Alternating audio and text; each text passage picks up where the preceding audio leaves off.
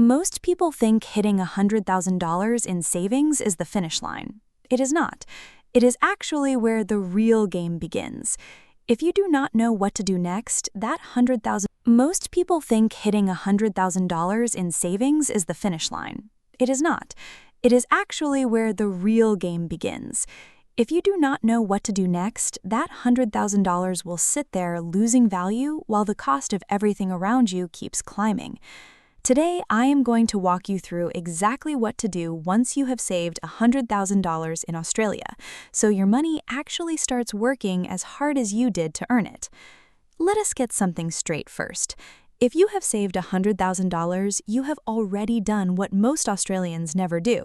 Recent research shows the average Aussie has about $42,000 in savings, so you are more than double that. You're ahead. But here's the trap. A lot of people hit this number and then freeze. They don't know whether to invest it, pay off debt, buy property, or just leave it in a savings account. That indecision costs you real money every single day. The worst thing you can do right now is nothing. And the second worst thing is making an emotional, uninformed decision just because you feel pressured to do something. What you need is a clear plan. Step 1 is boring but critical. You need a proper emergency fund locked in before you do anything else. While some recommend 3 months of essential expenses, you should aim to push it to 6 months, especially with the RBA cash rate sitting at 4.10% and the cost of living remaining elevated. For most Australians, a 6-month emergency buffer sits somewhere between $15,000 and $30,000, depending on your lifestyle. Park that in a high-interest savings account. Right now, you can get ongoing rates between 5% and 5.50% from providers like ING, UBank, or Rabobank if you meet the monthly conditions. This is not your investment money. This is your sleep-at-night money. It's the buffer that stops you from panic selling your investments or racking up credit card debt the moment something unexpected hits. Life does not send warnings before it sends bills. Once your emergency fund is locked away, here's where it gets interesting. If you are carrying high-interest debt like credit cards, personal loans, or buy now, pay later balances, you need to attack that next. It doesn't matter how tempting it is to invest. No ETF on the ASX is consistently returning 18 to 22% per year, which is what most credit cards are charging in interest. Paying off a $10,000 credit card balance at 20% interest is the equivalent of earning a guaranteed tax-free 20% return. Once that debt is gone, the monthly repayments that were going to the bank become free cash flow. That money can be redirected straight into investments. Psychologically, something shifts when you become completely debt-free. The mental weight disappears, and suddenly every dollar earned is yours to keep and grow. There's often confusion regarding HECS-HELP debt. For the 2025 to 2026 financial year, the system has changed. The minimum repayment threshold has jumped to $67,000, and repayments now use a marginal rate structure. This means you only pay 15 cents for each dollar earned above $67,000, rather than a flat percentage on your entire income. It's much fairer now.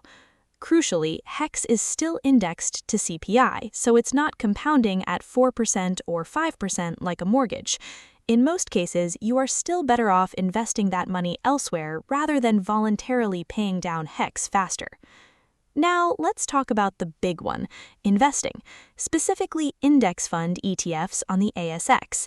An ETF, or exchange-traded fund, lets you buy a tiny slice of hundreds or even thousands of companies in one single purchase. For Australians, the most popular options right now include VAS, which tracks the ASX 300, IVV, which tracks the US S&P 500, and VGS, which gives you exposure to global developed markets. The beauty of ETFs is simplicity. You don't need to pick individual stocks or follow the market every day. You just own a broad slice of the economy and let compounding do its thing over decades. Should you dump all $100,000 into ETFs at once? Not necessarily. A strategy called dollar cost averaging lets you invest a fixed amount at regular intervals, say $5,000 or $10,000 per month, instead of going all in at once. This smooths out the bumps. You buy more units when prices are low and fewer when they are high. Over time, your average cost per unit evens out. This takes the emotion and the guessing out of the equation. Vanguard Australia has published research showing this approach helps investors stay disciplined and avoid panic selling during downturns. Discipline is the single biggest predictor of long-term investment success.